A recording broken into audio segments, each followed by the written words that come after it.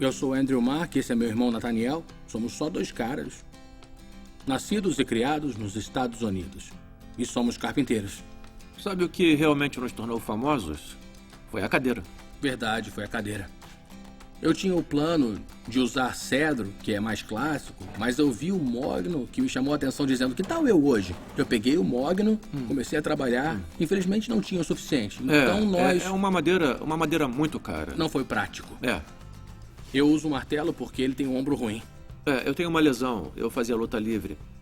Nós trabalhamos muito bem juntos. Eu sempre tenho as ideias e Andrew Mark... Ele não pode fazer nada que use o ombro, mas não conseguiríamos fazer nada sem ele. De verdade. Falo isso do fundo do meu coração. Essa não seria carpintaria Andrew Mark e Nathaniel sem o Nathaniel. É muito interessante. Nós fazemos isso há muito tempo. Já faz o quê? Uns 15 anos. E eu nunca peguei no martelo. Verdade. Nunca pegou. Tudo que fazemos é artesano. Se fala artesano ou artesanal? Artesiano? Nossa atenção aos detalhes é maior do que... o normal. Muita gente tem usado madeira reaproveitada de demolição. O que ninguém usa são pregos velhos, pregos reaproveitados. Dá muito trabalho retirá-los, mas... Nós acreditamos que vale a pena pelo produto final. O que chama a atenção na cadeira é que é tudo harmônico. As quatro pernas, elas se conectam e aí formam e criam o assento. É como um convite para que as pessoas venham e se sentem. Eu lembro uma vez que demos uma pausa e olhamos a cadeira. Não há nada como olhar para ela depois de meses de trabalho árduo. E olha, nós entendemos que esta cadeira começou basicamente há 100 anos atrás. Quando essa árvore começou a crescer. Sabemos disso. Quando você compra uma cadeira Andrew Mark e Nathaniel, você está adquirindo muito mais do que uma simples cadeira. Sim, muito mais. É segurança. Ela vai aliada à alta habilidade na construção, tanto no lado artístico e também no científico. Se quiserem nos seguir em @AndrewMarkNathanielWoodworking no Instagram, vão encontrar fotos do produto, mas também encontrarão coração. Somos dois caras fazendo a diferença nesse mundo imenso. Um prego de cada vez.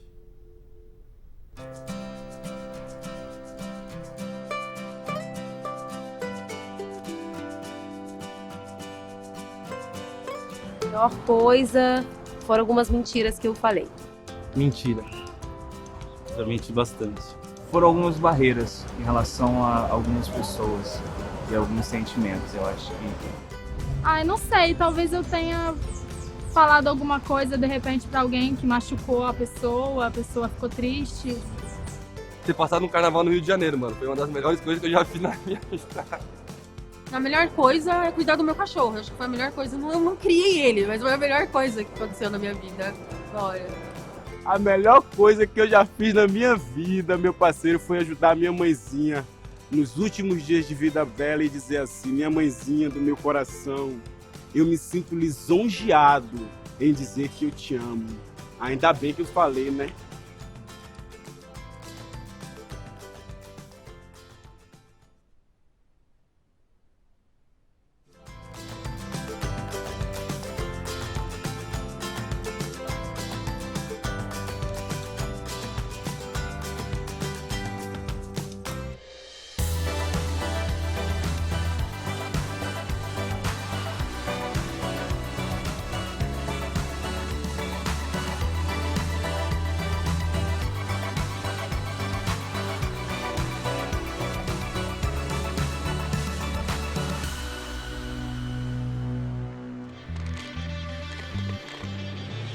Se o cristianismo tivesse uma marca, acho que todos concordam que seria a cruz.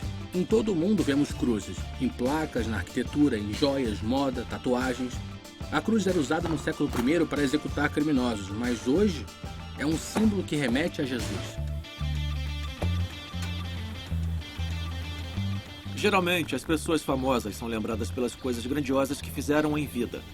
Mas Jesus parece ser igualmente lembrado por sua morte. Mas por que a morte de Jesus na cruz nos importa agora?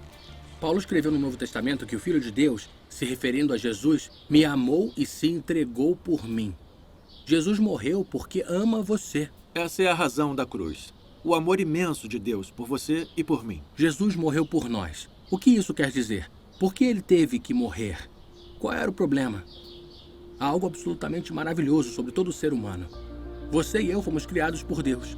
Quer dizer que você não é um acidente. E toda pessoa é feita à imagem de Deus. A imagem do Criador. Humanos têm uma capacidade única para o amor, a bondade e a criatividade. Mas tem um outro lado da moeda. Pessoas também são capazes de fazer o mal. Basta ver as notícias para ver a capacidade humana para fazer o mal. E não podemos dizer, bom, há pessoas más e pessoas boas, porque é bem mais complexo do que isso. A Bíblia usa uma palavra específica para descrever essa parte da humanidade: pecado. A palavra pecado não é necessariamente algo que as pessoas gostem e muitas vezes é mal utilizada. Eu já a vi ser usada para descrever coisas como chocolate ou bolo.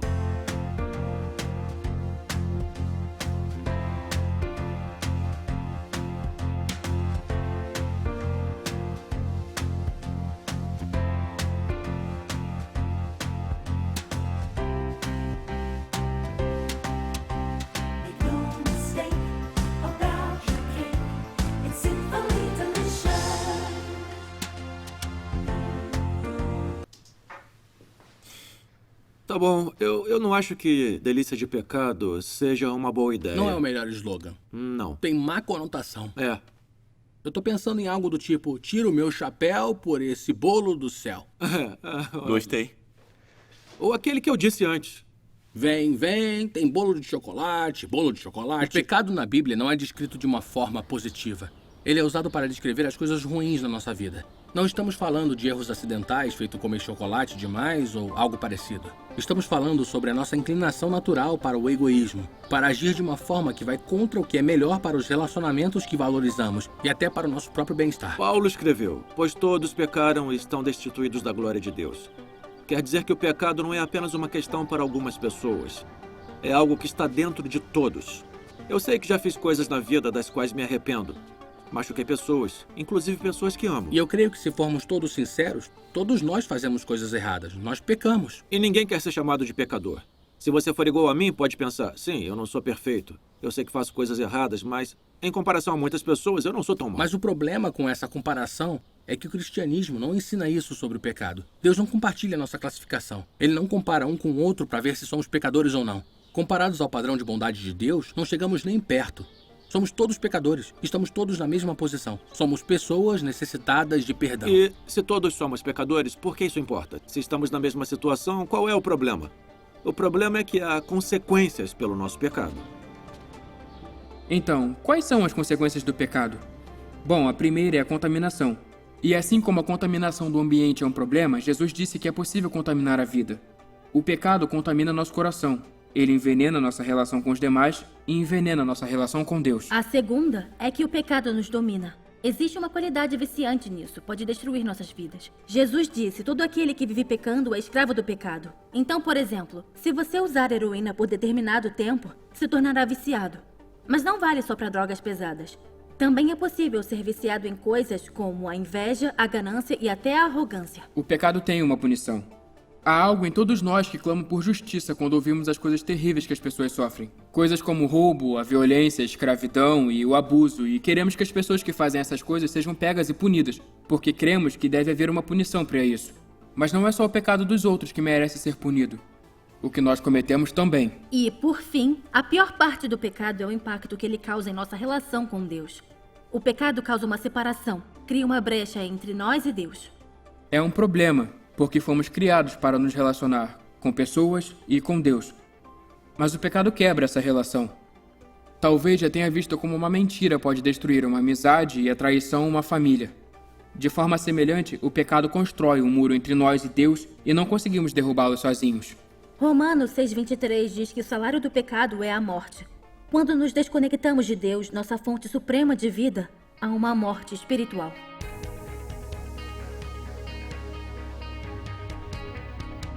Pecado, para mim, é uma palavra forte. Eu classifico essa palavra como se fosse uma palavra podre. é o lado podre do homem que infelizmente todo mundo carrega, porque ninguém consegue andar em santidade. Acho que pecado é uma coisa que você faria para alguém que você não faria para si mesmo. Alguma coisa muito ruim que você não quisesse que alguém fizesse com você e mesmo assim você vai lá e faz pro outro. Eu acho que é uma questão cultural, depende muito das crenças de cada um e do que cada um considera pecado. Ações que fazem mal ao outro e a você também. E não beneficiam ambos, eu acho. Eu vejo algo como algo natural, algo do ser humano em si. O pecado hoje, sabe, faz parte da vida da pessoa, né? Conforme a tecnologia, sabe, tá tudo influenciando. Hoje é impossível de não pecar.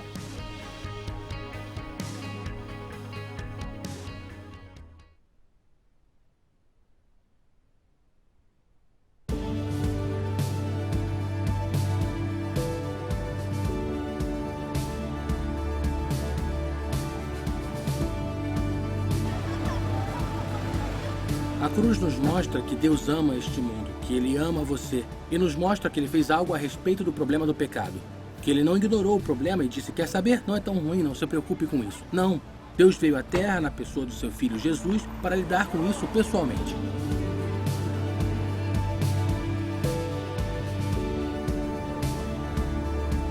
A morte de Jesus na cruz é a solução para o problema do pecado. Um dos amigos de Jesus, Pedro, descreveu assim, dizendo, ele mesmo, falando sobre Jesus, levou em seu corpo os nossos pecados sobre o madeiro, por suas feridas vocês foram curados. Em outras palavras, graças às feridas de Jesus, podemos ser curados. Ele sofreu as consequências do nosso pecado no próprio corpo.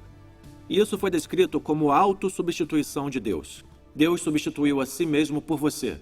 Jesus morreu no seu lugar. Em 31 de julho de 1941, as sirenes do Bloco 14 do campo de concentração de Auschwitz soaram, porque um prisioneiro havia escapado. Como punição, os guardas selecionaram aleatoriamente 10 homens para morrer de fome em um bunker. O 9º homem selecionado foi Francis Gajewniczek. Quando ele foi escolhido, ele gritou, minha mulher, meus filhos, eu nunca mais os verei. Naquele momento, outro homem se levantou e se ofereceu para morrer no lugar dele. E para o espanto de todos, a oferta foi aceita. Aquele homem era um padre católico, chamado Maximilian Kolbe. Ele foi levado com os outros 9 para o bunker da fome. 15 dias depois, ainda estavam vivos, de modo que em 14 de agosto de 1941, foram mortos com uma injeção letal. 41 anos depois, em 10 de outubro de 1982, a morte de Maximiliano foi posta na devida perspectiva. Na Praça de São Pedro, em Roma, diante de uma multidão de 150 mil pessoas, o Papa João Paulo II descreveu a morte de Maximiliano Kolbe nos seguintes termos. Ele disse, foi uma vitória, como a vencida pelo nosso Senhor Jesus Cristo. Ser executado em uma cruz era o cúmulo da dor. Mas o Novo Testamento não valoriza tanto o sofrimento físico de Jesus, em vez disso, valoriza o sofrimento espiritual, pois ele carregou o peso do nosso pecado. Eu escutei a seguinte explicação. Esta mão representa você e eu, sua vida e a minha vida. E este livro representa o que fizemos de errado. O pecado cria uma barreira entre nós e Deus. E esta mão representa Jesus. Jesus não fez nada errado. Ele teve uma vida sem pecados, então não há barreiras entre ele e o Pai Celestial. Há um versículo no Antigo Testamento que profetizou a morte de Jesus e diz, todos nós, tal qual ovelhas, nos desviamos. Cada um de nós se voltou para seu próprio caminho. E continua, e o Senhor fez cair sobre ele, em Jesus, a iniquidade de todos nós. Na cruz, Jesus carregou o seu pecado e o meu pecado. Você percebe aonde isso nos levou? A liberdade para ter uma relação com Deus. Os resultados da cruz são incríveis. A cruz e a ressurreição são como um feito só. É como um belo diamante, ele tem diferentes facetas. Eu costumo ver como uma bela cebola, pelas diferentes camadas de significado. Uma bela cebola? É. Um vegetal. Vamos falar de algo bonito. Cebolas não são bonitas. Os diamantes são. Pessoas amam diamantes. Pessoas amam cebolas, Ben. Eu não... Estamos tentando descrever mas são coisas diferentes diferentes. Ângulos, perspectivas e camadas da cruz. Eu acredito que cebolas e diamantes... Será que nós podemos falar de coisas tipo facetas? É sério, Ben. Mas se você quiser, desde que estejamos de acordo, que são duas analogias iguais, cebolas, diamantes, dão no mesmo pra mim. Tá bom. Tá, eu vou ficar com o diamante, então. Claro, sem problema. Tudo bem? Tá. Por mim, tudo bem. Ok. Quando a luz incide em uma parte do diamante, você vê de um jeito. Quando ela incide em outra, você vê a outra parte de sua beleza. Quando pensamos em tudo que Jesus fez na cruz, isso revela muito. Primeiro, revela o quanto Deus te ama e quanto você é precioso para Ele. Você nunca deve se sentir insignificante ou sem valor, porque a cruz nos lembra de como somos valiosos para Deus. A cruz fala de sofrimento também. Ela nos mostra que Deus não está distante, sentado em uma nuvem observando o nosso sofrimento aqui embaixo. Não. Através de Jesus, Ele veio a este mundo sofrer por nós. E agora Ele sofre do nosso lado. A cruz também nos diz que os poderes do mal foram derrotados. E a ressurreição nos diz que a história finalmente termina bem. Graças à cruz, o salário do pecado foi pago. Nossa culpa foi eliminada. A dívida que tínhamos foi paga por nós.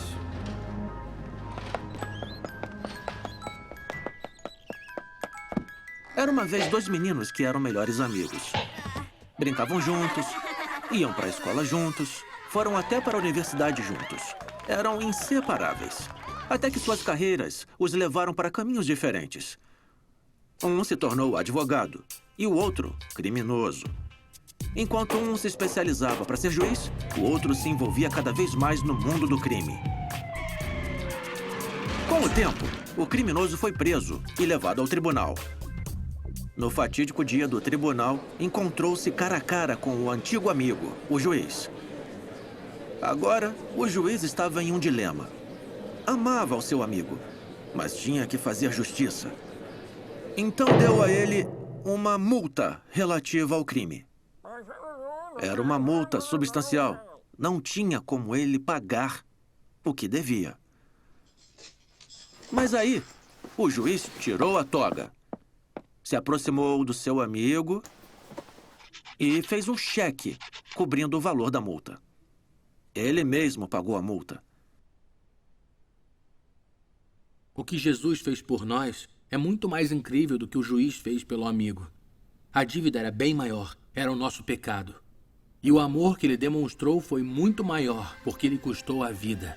E o resultado foi muito melhor. É o perdão total disponibilizado a você e a mim.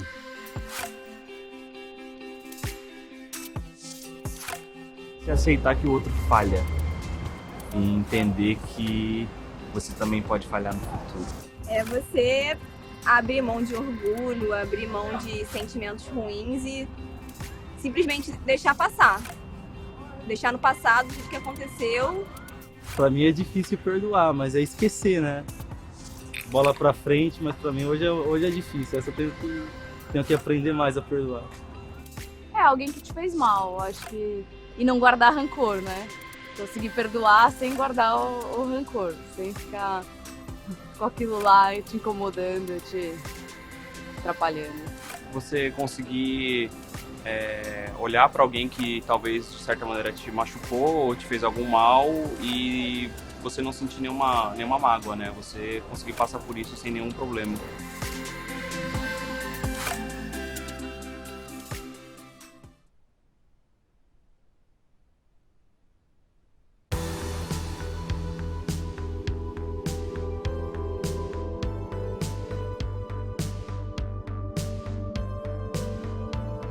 A realidade da cruz tem o poder de nos mudar. Nos ajuda a abandonar maus hábitos e experimentar uma nova liberdade em nossas vidas. Antes de ser cristão, só tinha pensamentos negativos sobre mim mesmo passando na minha cabeça. O resultado é que eu era inseguro, eu afastava as pessoas e, além disso, era infeliz. Quando comecei uma relação com Jesus, muitos desses pensamentos desapareceram. O poder que tinham na minha vida foi destruído. E de forma semelhante, quando meu amigo Chris encontrou Jesus, seu vício em drogas acabou imediatamente. Ele foi liberto. Só que é o seguinte, nem sempre é assim. A mudança é um processo de longo prazo. Algumas coisas mudam da noite para o dia, mas muitas das mudanças de que falamos acontecem com o tempo.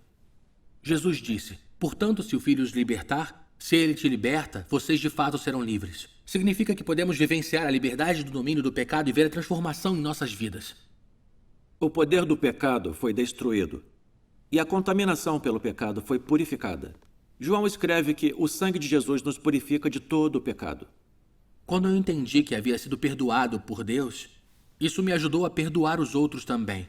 Todos nós fomos machucados em algum ponto de nossas vidas, e essa ferida fica em nós, nos deixando amargurados ou até com raiva.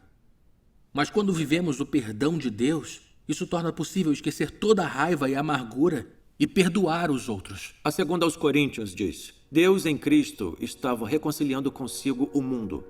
A cruz não era Deus castigando uma terceira parte inocente. O próprio Deus veio para morrer por você e por mim. Finalmente, graças à cruz, nos reconciliamos com Deus. A separação pelo pecado foi eliminada.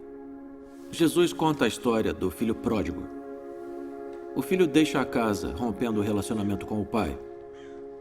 Depois de gastar o dinheiro da família, ele se vê sem nada, sozinho, vazio e convencido de que havia destruído a relação com o pai para sempre.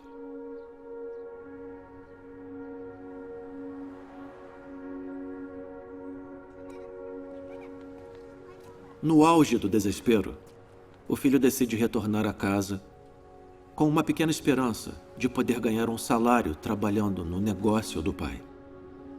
Ao regressar para casa, e ainda a uma certa distância, o pai vê o filho.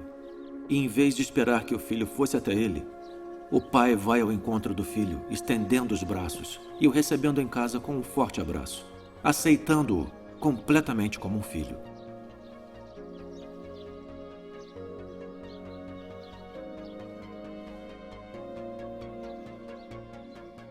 Essa história é para você. Não importa o que tenha feito, quando volta para casa, quando volta para Deus, Ele corre até você, Ele abraça você. Deus ama você. Jesus morreu por você. E pela cruz somos convidados a ter um relacionamento com Deus. Quando eu consegui entender tudo isso, quando eu experimentei isso, minha vida foi transformada. Isso pode transformar a sua vida também.